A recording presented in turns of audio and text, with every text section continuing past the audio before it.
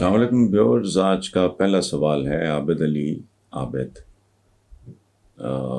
Student ہیں mass communication Punjab university کے اور ورکنگ جرنلسٹ بھی ہیں۔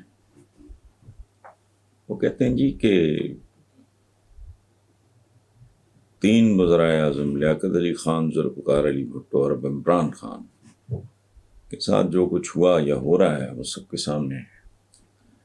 کیا پاکستان اتنا اہم ہے جس کی طرفداری حاصل کرنے کے لیے مغرب کسی بھی حد تک چلا جاتا ہے، یا ہم بحیثیت قوم بہت آسان ٹارگٹ ہیں؟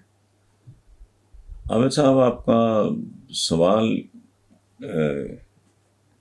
اہم بہت ہے، حساس بہت ہے، لیکن اس طرح کے پروگرامز کے لیے یہ مناسب نہیں، چونکہ اس کی بہت زیادہ تفصیلات ہیں۔ بیسیکلی جو آپ نے بات کی ہے، مغرب کے لیے ہماری کیا حیثیت ہے، ہم کون ہیں، کہاں کھڑے ہیں، ان کے اداروں کے محتاج ہیں۔ آئی ایم ایف تو ایک اوزار ہے، ایک ہتھیار ہے امریکنز کا۔ اچھا، دوسری بات یہ ہے کہ وہ صحیح معنوں میں ستاروں پہ کمندیں ڈال رہے ہیں، ہمارا کروڑوں بچہ اسکولوں سے باہر کر رہے ہیں۔ تو عام شام ہم نے کیا ہونا ہے، اسٹریٹجکلی آپ امپورٹنٹ ہوں، جس میں آپ کا کوئی کمال نہیں ہے، قدرت کا کمال ہے۔ تو آسان ٹارگٹ تو ظاہر ہے، ہر مڑا آدمی، انڈیویجول ہو، قوم ہو، قبیلہ ہو، کوئی فرد ہو، اگر وہ کمزور ہوگا تو وہ بہت زیادہ سافٹ ٹارگٹ ہوگا۔ اور لیکن ایک اور پہلو بھی ہے کہ پوٹینشیل تاریخی طور پہ ہم رائیولز ہیں۔ صلیبی جنگیں ظاہر ہیں مسلمانوں کے اور انہی کے درمیان ہوئی، ہم تاریخی طور پہ حریف ہیں ایک دوسرے کے۔ اور جو عقل مند ہوتا ہے وہ سمجھتا ہے nip the evil in the bud۔ Evil سے مراد میری یہ ہے کہ ہم ان کو ایول سمجھتے ہیں، وہ ہم کو ایول سمجھتے ہیں۔ چونکہ ہم دونوں حلیف نہیں ہیں، حریف ہیں اور تاریخی طور پہ ہیں۔ باقی ساری وہ لولو پوپو ہے، وہ انٹرنیشنل قسم کے نخرے ہیں، ڈپلومیسی ہے، یہ ہے، وہ ہے، but practically for all practical purposes تو چاہتے ہیں کہ بھی یہ اوقات میں۔ اور دوسری بات جو میں کبھی کبھی سوچتا ہوں اور آپ کے ساتھ شیئر کرنا چاہ رہا ہوں، ہم جیسے لوگوں کے بارے میں ویسٹ کو یا کسی اور کو بہت زیادہ بدتمیزی کریں گے تو وہ شٹ اپ کال دے دیں گے، یہ وہ، جیسے انہوں نے کہا تھا پرویز مشرف صاحب کے زمانے میں کہ تمہیں پتھر کے زمانے میں دھکیل دیں گے۔ ادروائز اچھا، ہمیں احتراز کرنا چاہیے، بھٹو نے بھی قیمت چکائی۔ یہ زبان جو ہے، میں نے کل بھی یا پرسوں شاید کسی سوال کے جواب میں کہا ہے کہ اقبال نے کہا تھا پہلے اپنے پے کرے خاکی میں جاں پیدا کرو۔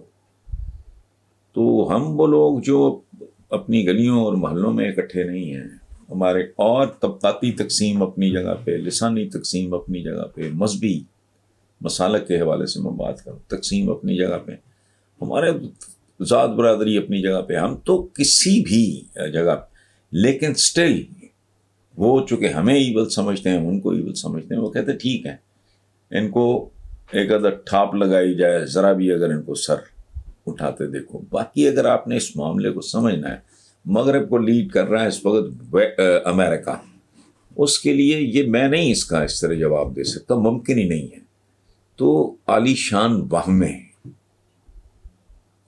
حسین حقانی کی ایک کتاب ہے، اس میں ذاتی رائے حسین حقانی کی، اس کتاب کی میں حسین حقانی کو کہاں ریٹ کرتا ہوں، کیا سمجھتا ہوں، وہ ایک علیحدہ بحث ہے۔ لیکن کسی کا کام اگر میرٹ پہ آپ دیکھو، آپ کو اچھا لگے، آپ کو تعریف کرنی چاہیے۔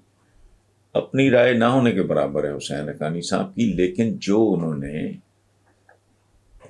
شواہد، دستاویزی حوالے پیش کیے ہیں، وہ آپ پڑھ کے دیکھ لیں، آپ کو سب کچھ سمجھ آ جائے گا۔ اگر سب کچھ نہیں تو کم از کم 70-75% کہانی آپ کو سمجھ آ جائے گی۔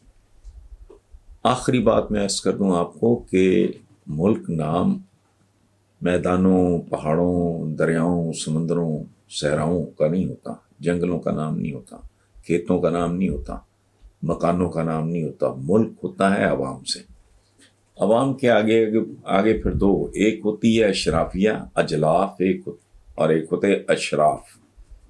اشرافیہ عوام، اجلاف، یہ دو. میرا ذاتی اوپینین یہ ہے کہ ہمارے ملک میں آج کی تاریخ تک تو مقابلہ ہے اشراف اور اجلاف دونوں میں،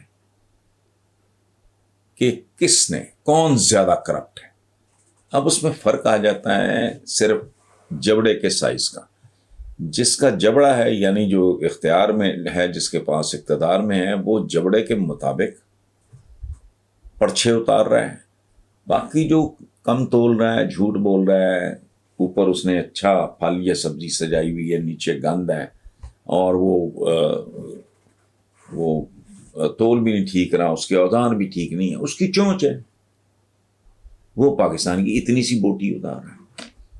جس کے پاس چونچ کی بجائے جبڑا ہے، وہ پرچھے اتار رہا ہے. بیرون ملک جائیدادیں، بینکس، یہ وہ سارے ان کے بھرے ہوئے، ان کے اکاؤنٹس وہاں ہیں. تو اتنی سی کہانی ہے، اس پہ کچھ اور ایڈ کرنے کی ضرورت نہیں. ہم اگر اپنے اپنے گریبانوں میں جھانک لیں، اندر ہر جواب موجود ہے. Thank you.